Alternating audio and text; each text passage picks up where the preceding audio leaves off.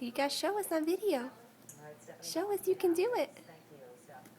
Well, President Obama is sending a new budget to Congress today in a bid to reduce the deficit by some $4 trillion over the next decade. The spending blueprint outlines his plans to cut government spending and There you go.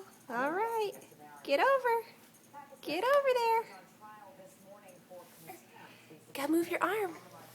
Move that arm.